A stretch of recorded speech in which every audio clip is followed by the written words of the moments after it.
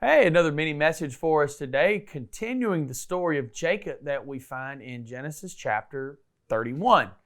Now, if you remember from yesterday and last week, we've been building up to Jacob leaving and going back to the promised land. And he has called his two wives, Rachel and Leah, both the daughters of Laban, out into the field where he can talk to them privately with nobody from the family, kids, servants, anybody overhearing. None of Laban's other children, Laban's servants. We're getting some distance. And here is their response after Jacob says, "Time to go, ladies." Verse 14 picks up with this. It says, Rachel and Leah responded, "That's fine with us. We won't inherit any of our father's wealth anyway. He has reduced our rights to those of foreign women. And after he sold us," which they're referring there to the marriage to Jacob, "he wasted the money you paid him for us. All the wealth God has given you from our father legally belongs to us and our children. So go ahead and do whatever God has told you." So they're really getting into this idea of what's in this for us.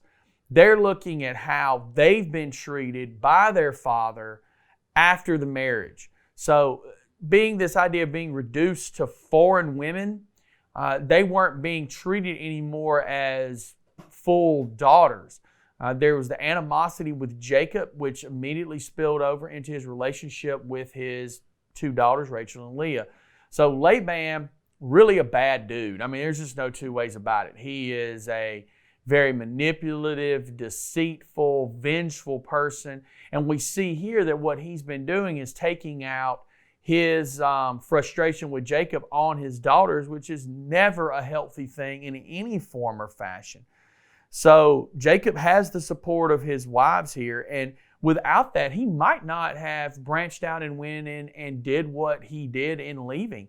But their support really pushed him forward. And another interesting side of this is this may be the first time that these two daughters have really agreed on anything in quite some time. In that they're saying, let's get out of here. We're done with this. They saw there was no future for Jacob. There was no future for them. There was no future for their children in this place. So it was time to go. And I do believe this was God lining this family up. I think God definitely was speaking to and leading and guiding Rachel and Leah, just as he was speaking to and leading and guiding Jacob, because it was time to go back to the promised land. It was time for Jacob to now be the patriarch and to lead his family as they would be the originators of the 12 tribes and lead this nation to become who they would be. See you guys tomorrow. Have a great day.